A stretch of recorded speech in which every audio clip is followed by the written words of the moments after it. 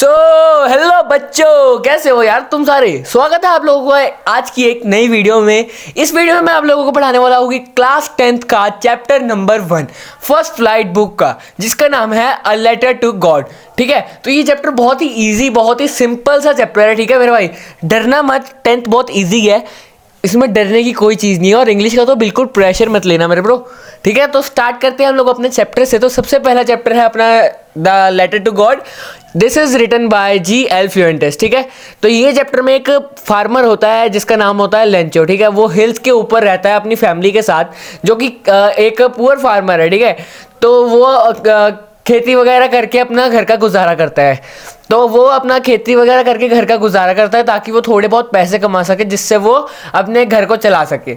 तो वो लेंचो जो होता है कि उम्मीद कर रहा होता है कि काश उसके जो उसका रीजन है वहाँ पे थोड़ी सी बारिश हो जाए, जिसकी वजह से वो आराम से अपने अच्छी फसल उगा सके, क्योंकि आप लोगों को भी पता है कि बारिश होने से अच्छी फसल उगती है। ठीक है, तो लेंचो उम्मीद करता है कि बारिश हो जाए, और दूर उसको बैठे हुए एक दिन बादल भी दिखते हैं। तो वो कहता है कि शायद बारिश हो जाए। तो ठीक है, तो उसको चाहिए थी बारिश। उसको जब बारिश, उसके बाद थोड़ी देर बाद बादल एकदम से घिर गए और बारिश हो गई शुरू। मेरे भाई, बारिश होती है अपनी शुरू। तो ठीक है, तो लेंचो भैया होते हैं हमारे बहुत ज़्यादा खुश। उनके बच्चे भी बहुत ज़्यादा खुश होते हैं, बारिश में नाचने लग जाते हैं। उसके जो राइप कॉर्न की फील्ड होती है वो भी एकदम चमक उठती है।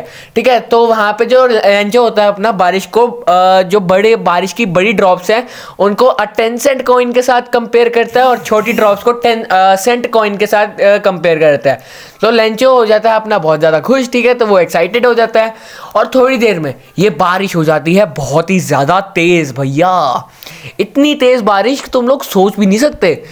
ये बारिश बहुत तेज़ होने लगती है। ठीक है, तो ये बारिश के बहुत ज़्यादा तेज़ होने के बाद लेंचो की शक्ल में जो खुशी से ना थोड़ा बहुत गम दिखने लग जाता है, क्योंकि लेंचो को पता था अगर ज़्यादा बारिश हो गई तो फसल ख़राब हो जाएगी। और जो सोचा वही शुरू हो गया।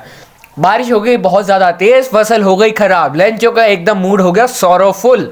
सॉरोफुल का मतलब है एकदम उदास, बहुत ही दुखद। समझ लो कि तुम्हारा पेपर और तुमको पता ना हो, वो हिसाब हुआ लेंचो भैया के साथ। तो वो हो गया बहुत ज़्यादा दुखी, और वो उसकी फसल हो गई थी खराब। वो सोच रहा था कि अगर एक प्लेग ऑफ लोकस्ट उसकी फील्ड के ऊपर से गुजर जाता है। प्लेग ऑफ लोकस्ट होता है, समझ लो कि वो वाले कीड़े जो फसल खा लेते हैं, फिर भी थोड़ा बहुत कुछ बच जाता। पर जैसे कि यह बारिश हुई है, बारिश के बाद भाई कुछ भी नहीं बचने वाला। लेंचो अब अपनी उम्मीद हार चुका था। तो उसने सोचा कि वो भगवान को चिट्ठी लिखे।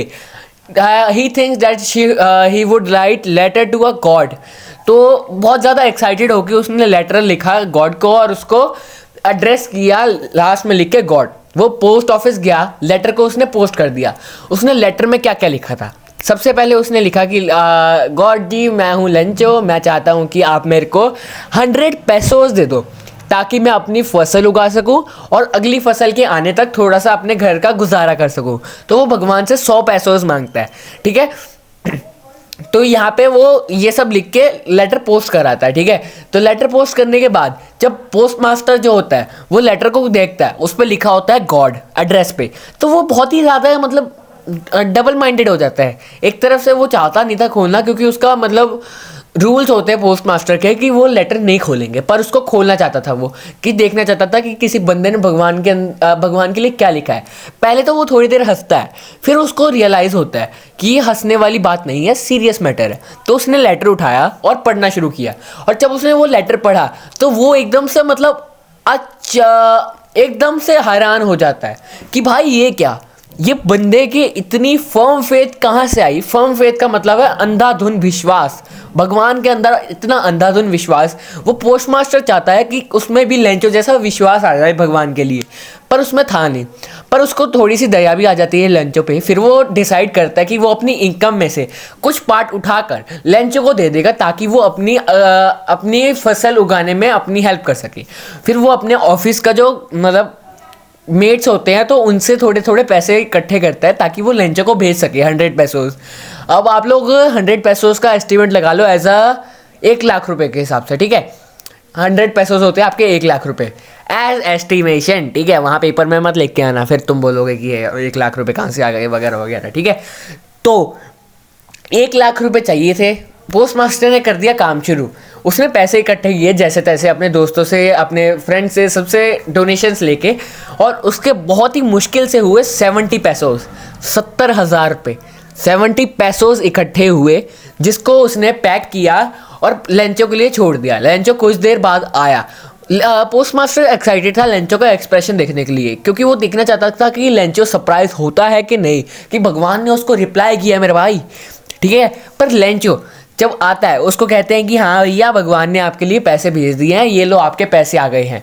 लेंचो वो लेटर खोलता है, उसमें से पैसे निकालता है, पर वो हैरान नहीं होता।